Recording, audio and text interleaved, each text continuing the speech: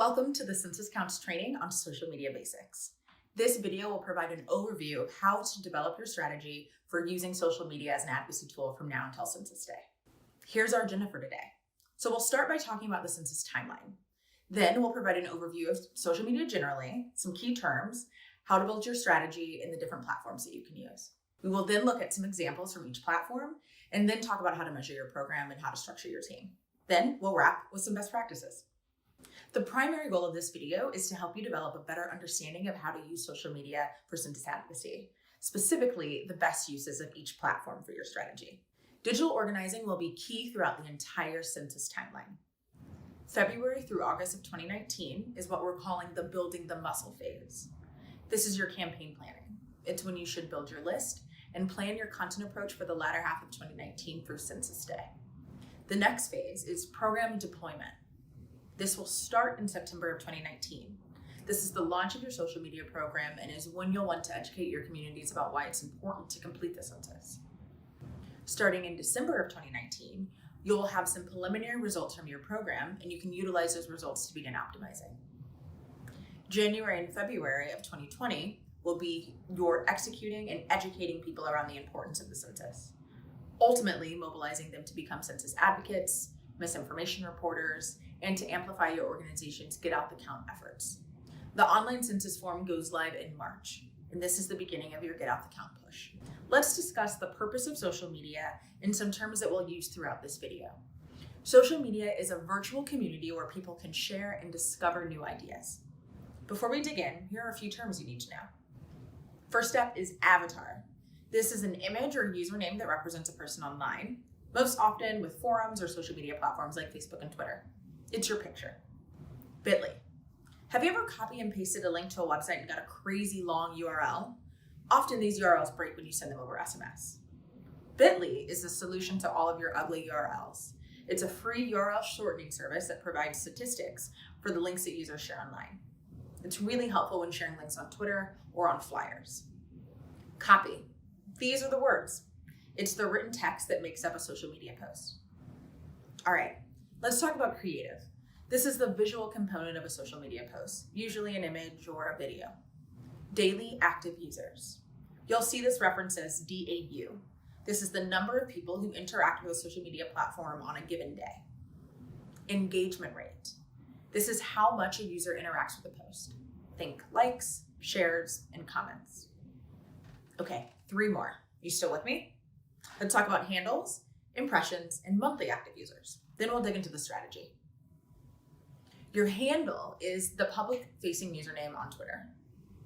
Impressions are a way in which marketers and advertisers keep track of every time an ad is fetched and counted.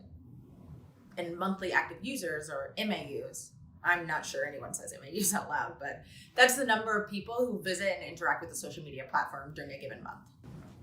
Okay, now it's strategy time. This is the foundation of your census advocacy. There should be 3 components to your social media strategy. Keep in mind that these components will also drive your message frame. Education, persuasion, and mobilization. Over the next year, you'll need to develop content that educates your community about the importance of the census. Many people don't realize how many resources are allocated based on data acquired by the Census Bureau. The final piece here is that you'll need to provide opportunities to engage your community. This can be through creating community advocate programs, allowing people to report when misinformation is being shared, recruiting enumerators, and the final Get Out the Count. To execute your strategy, you'll need to know who your organization needs to talk to, identify who your targets are, and deliver them a clear, compelling message. Let's shift to talking about each platform. Keep in mind that your message and tone should be adjusted based on which platform you're using. So here you'll see 3 different mission statements. Let's see if you can guess which one belongs to each platform. The first one is discovering and telling stories from around the world.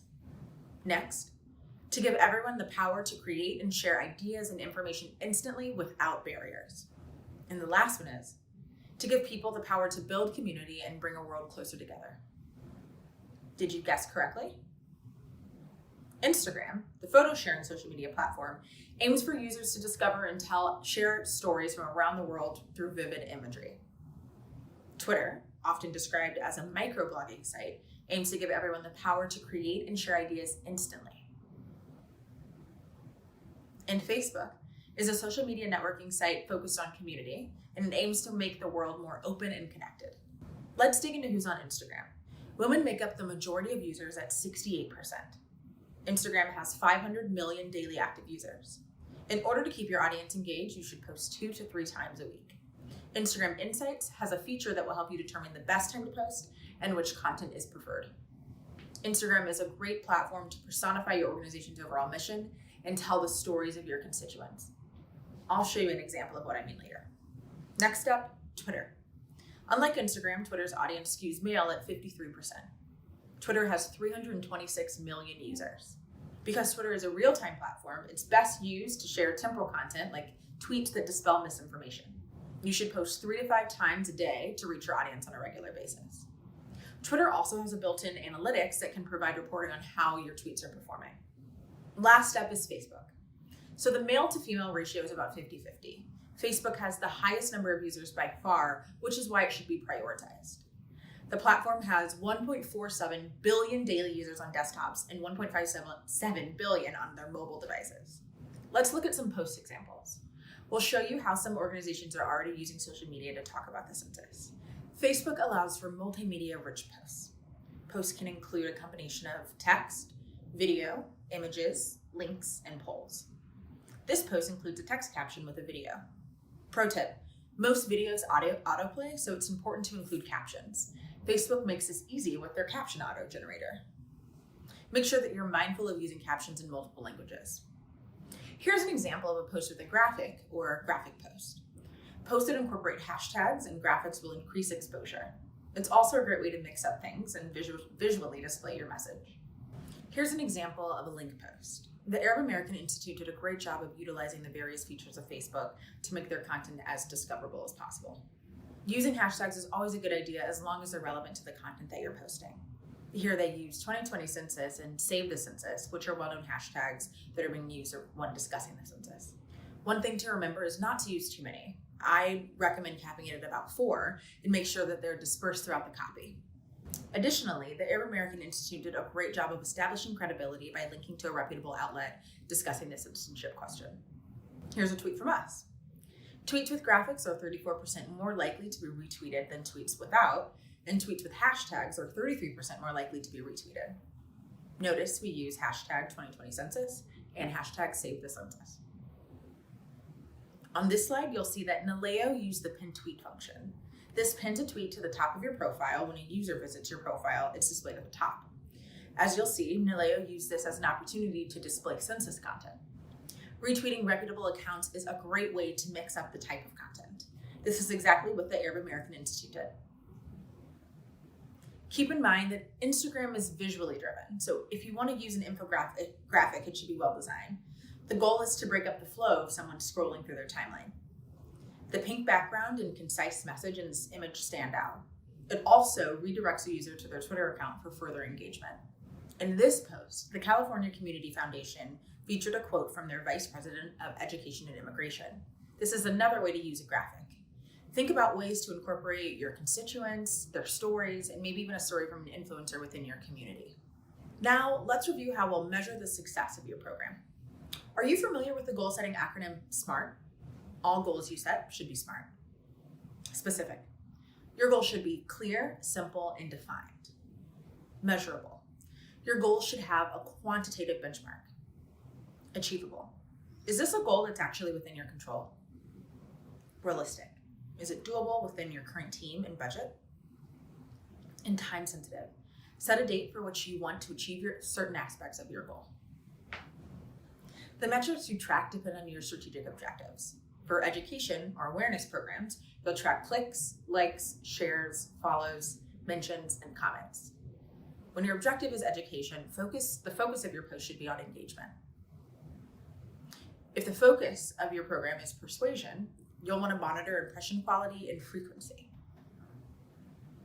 Mobilization is all about your ultimate conversion.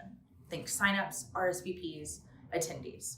It's generally the actions that are taken. Let's talk about your most important resource, your team. Now that you have a grasp of the terminology, how to build your strategy, the platforms and types of posts, and how to measure your program, it's time to dig into who does what. In order to make a social program run efficiently, you'll need a clear division of labor across your team. Here are some of the key roles to incorporate. Director. This is your department lead that drives your overall strategy. They should have the best sense of your broader organizational goals and use digital to amplify your work. They'll own the content calendar. We'll get to that in a moment. Content specialists. These are your writers. They spend the bulk of their time sourcing and creating content to be shared. Designer. This is the person that you have on staff to mock up graphics, videos, and promoted content. Community manager. Think of this like a customer service agent. They're your feedback loop. They make sure people are engaged, respond to questions or concerns, and elevate community needs. In another video, we'll talk about SMS integration. When you're thinking about SMS staff, your community manager can often serve in both roles. When thinking about your content pipeline, you want to think about it in 3 tracks: content you find, content you source, and content you write. You'll want to find content about the census from orgs and reputable media outlets. You may source content from content influencers, industry experts, or even your audience. And you will write original content about the census. Here are a few ways you might find, source, and create content. You can find content by building Twitter lists, from blogs and news outlets, setting up news alerts, and from partner posts. You can source content from your audience, guest writers, and any primary resources that you're creating. There will be plenty of opportunities for your organization to create new original content surrounding the 2020 census. A few of them will include planned campaigns, key milestones, and dispelling misinformation. Let's talk about some best practices. Here's an example of a content calendar. This is your digital team's playbook. Content calendars lay out what content is being published and on what platforms. It's a tool that your director will use to map out the message during a given time period and who your content is targeting. In this sample, you'll find parameters for the date and time, the strategic objective, the post description, message and ask, the status of the post, any links that you'll use, and there's also a field for additional notes. These softwares will help you plan, schedule, and automate your content across your social platforms. Each of these platforms offers a free trial. Before you start your program, be sure to ask yourself these questions. Have I established SMART goals? Do I have an idea of who my audience is? How long will my post be relevant? Does this post contain mixed media? Am I using the features of this platform appropriately? Is this message a better fit for one platform versus the other? That's everything we have for Social Media Basics. For more information, check out the rest of our videos and RSVP for the Census Counts Digital Organizing Summit.